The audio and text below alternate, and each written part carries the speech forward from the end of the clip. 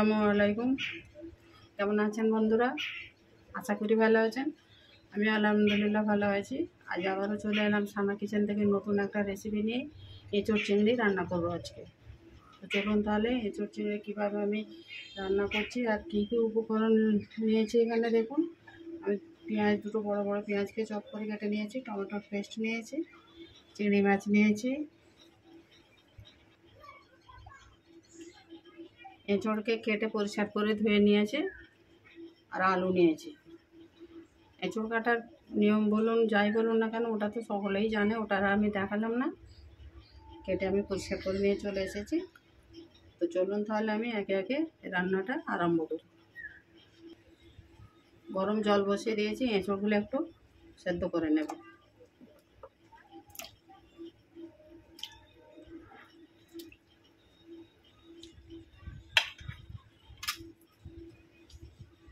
অল্প একটু লবণ দিয়ে দেবো।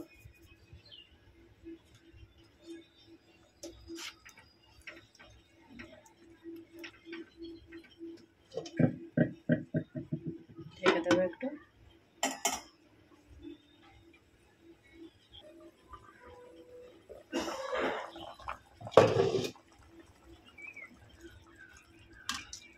এবারে জল থেকে তুলে নেব।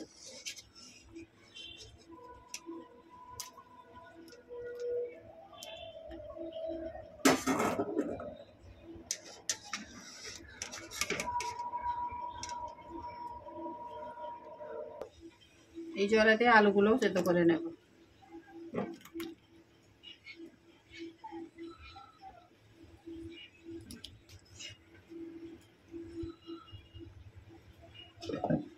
ঢেকে দিয়ে এটাকেও একটু সেদ্ধ করে নেব। চলুন এবারে আলুটাকে তুলে নেব।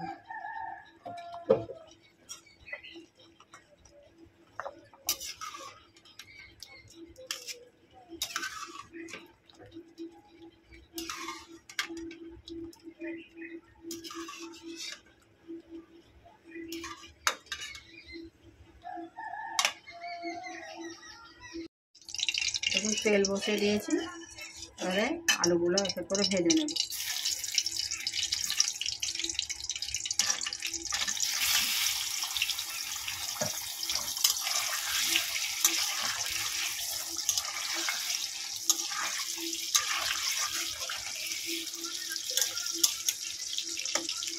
দেখতে থাকুন বন্ধুরা এঁচোড় চিংড়ির তরকারিটা আর রেসিপিটা স্কিপ করবেন না, প্রথম থেকে দেখতে থাকুন আমি আমার মতো কীভাবে রান্না করছি। আলুগুলো হয়ে গেছে, এবারে আমি তেল থেকে তুলে নেব এগুলো।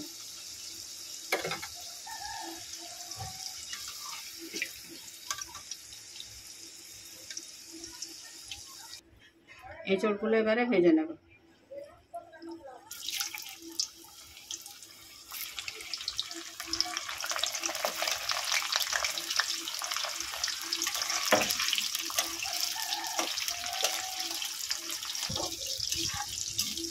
এঁচোড়গুলো হয়ে গেছে, এবারে আমি তেল থেকে তুলে নেব এগুলোকে।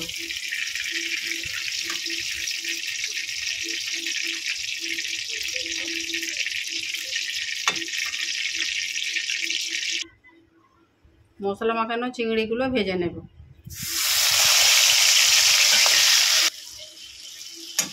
চিংড়ি মাছগুলো ভাজা হয়ে গেছে, এবারে তেল থেকে তুলে নেব।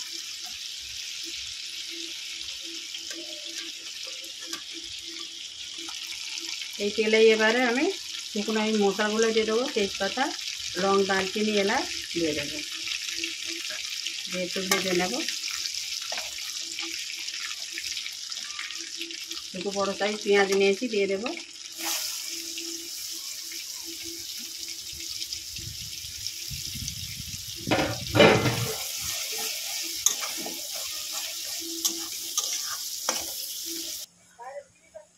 দুটো কাঁচা লঙ্কা দিয়ে দেবো। কিছু মশলাগুলো এবারে দেব। লবণ দেবো 1 চামচ, লঙ্কা যে যেমন ঝাল খান সেইভাবে লঙ্কা দেবেন। হলুদ 8 চামচ, ধনে গুঁড়ো, জিরে গুঁড়ো,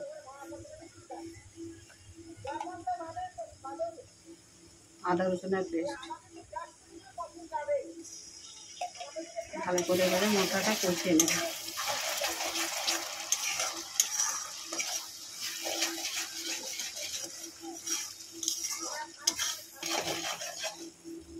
টমেটোর পেস্টটা দিয়ে দেব।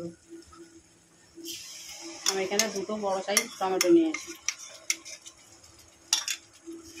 ভালো করে এবারে এটা তেল ছাড়া পর্যন্ত মশলাটাকে ভালো করে কষাবো।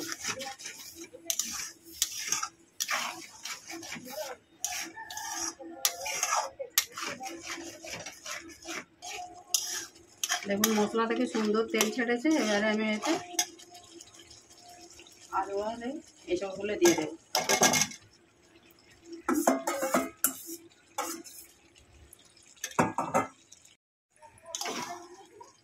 এটাকে ভালো করে আমি এবারে কষাবো।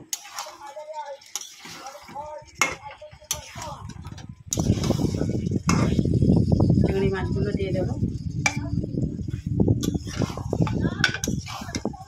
আমি কিন্তু একটু জল ব্যবহার করবো না। তরকারি মানে রেসিপিটা আমি এইভাবে মাখাই রাখবো। ভাতের সঙ্গে রুটি পরোটা সবের সঙ্গেই খেতে ভালো লাগবে।